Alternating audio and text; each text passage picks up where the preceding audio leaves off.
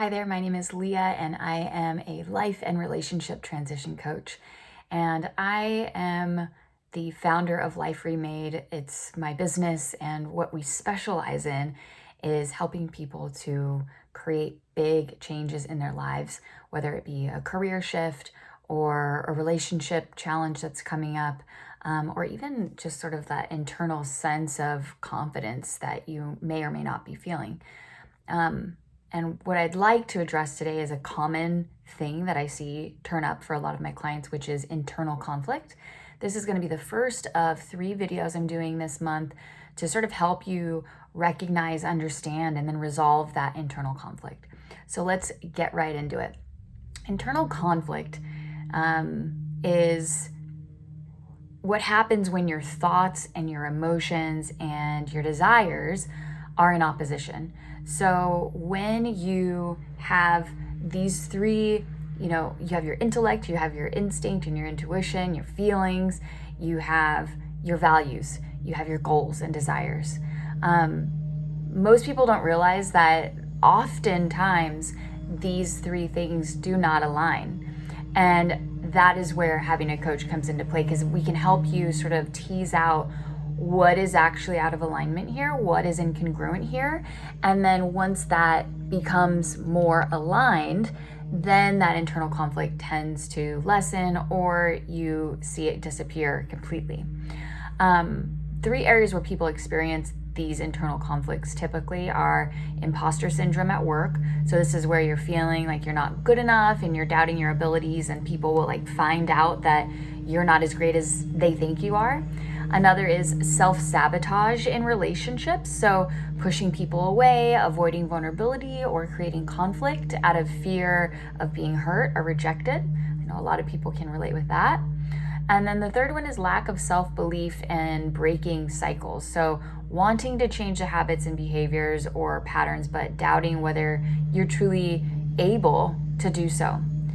The key to overcoming internal conflict isn't to figure it all out instantly. It's to first recognize what's happening and why. And I always say awareness creates choice. So awareness is where we always start.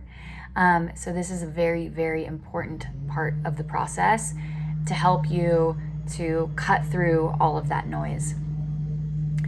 So the second thing I want to talk about is identifying and observing your conflict. So let's pause for a moment and think about something you're conflicted about. What 2 opposing desires or thoughts are creating tension? For example, I want to advance in my role, but I don't feel qualified. Or I want a healthy relationship, but I keep pushing people away. So what are the 2 opposing things that are showing up for you? What emotions are attached to each side of this conflict? Fear, frustration, insecurity, name those emotions. And then where do you feel this conflict in your body? Sometimes it can feel like it's here in your heart. Maybe it's all up here. So simply noticing and naming your conflict gives you more power over it. The naming process is really something that helps you create distance between what it is you're experiencing and what is actually happening. I think we tend to over-identify with the things that we're feeling.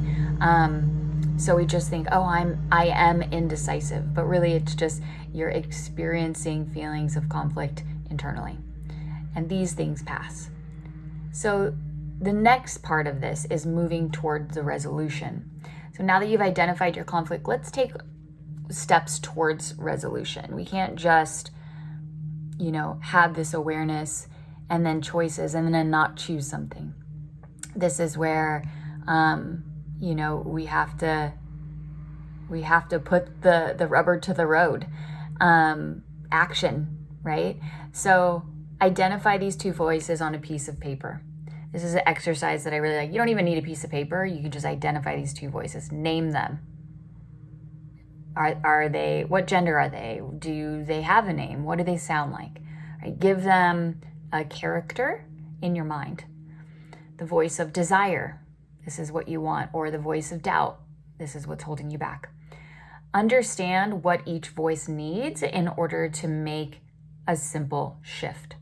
So under each voice, write down what 2 things that could help shift your mindset in a small, manageable way. So, for example, voice of desire, writing down 1 success a day that reminds you of your own strengths, or needing to focus on what you bring to your role rather than what you lack.